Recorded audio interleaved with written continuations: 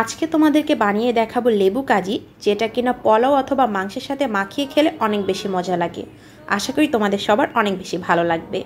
প্রথমে আমি এখানে একটি ফ্রাইং প্যান বসিয়ে দিয়েছি। এর মধ্যে ৬-৭টা লাল মরিচ ও ৫-৬ কোষ রসুন দিয়ে দিয়েছি, আর সাথে একটু সরিষার তেল দিয়ে দিয়েছি। ভালো করে এগুলাকে ভেজে নিতে হবে, না হলে কিন্তু মাখার সময় সমস্যা হবে। ভাজার পর আমি এখন একটা বাটিতে নিয়ে নিয়েছি, আর আমি যেহেতু একটু বেশি ঝাল খেতে পছন্দ করি তাই এখানে বেশি মরিচ ইউজ করতেছি। তোমরা কিন্তু তোমাদের ঝাল অনুযায়ী এখানে মরিচ কম বেশি দিতে পারবে।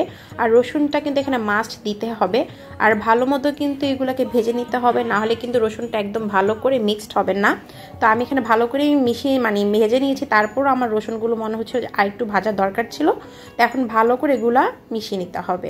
আর তোমরা কিন্তু সতর্কতার জন্য চাইলে হাতে একটা গ্লাভসও পরে নিতে পারো, কারণ পরে দেখা যায় অনেক সময় হাতটা অনেক বেশি যন্ত্রণা করে বা জ্বলে।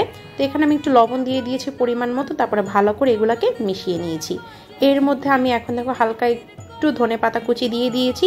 ধনেপাতাটা দিলে দেখা যায় একটু ভালো একটা স্মেল আসে। তার মধ্যে এখন আমি লেবুর রসগুলো চিপে নিয়ে নিব। এখানে আমি পুরো একটা লেবু নিয়ে নিয়েছি, ভালো করে রসগুলো ছাড়িয়ে নিচ্ছি।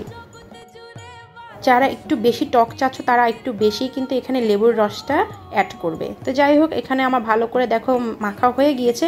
এখন জাস্ট আমি একটু নর্মাল পানি দিয়ে দিব। এছাড়া আর এখানে বলতে গেলে কোনো কিছুই লাগবে না। পরিমাণ মতো তোমরা এখানে কিন্তু পানিটা দিয়ে দিবে। তো দেওয়া শেষ। এখানে আমি আবার একটু ধনেপাতা দিয়ে দিচ্ছি আর কিছু লেবু স্লাইস দিয়ে দিচ্ছি। তো ব্যাস, এই তো রেডি হয়ে গেল আমার লেবুর কাজি। ট্রাস্ট মি, অল্প সময় অল্প উপকরণে কিন্তু এটা হয়ে গিয়েছে। এটা তোমরা যখন মাংস খাবে বা যখন পোলাও খাবে তার সাথে যদি একটু অ্যাড করে খাও, দেখবে অনেক বেশি মজা লাগবে। আর আমি যতটুকু জানি এটা নাকি চট্টগ্রামের একটা ঐতিহ্যবাহী খাবার। তো ব্যাস, আমিও বানিয়ে ফেলিয়েছি। তোমরা কারা কারা ট্রাই করেছো জানাবে।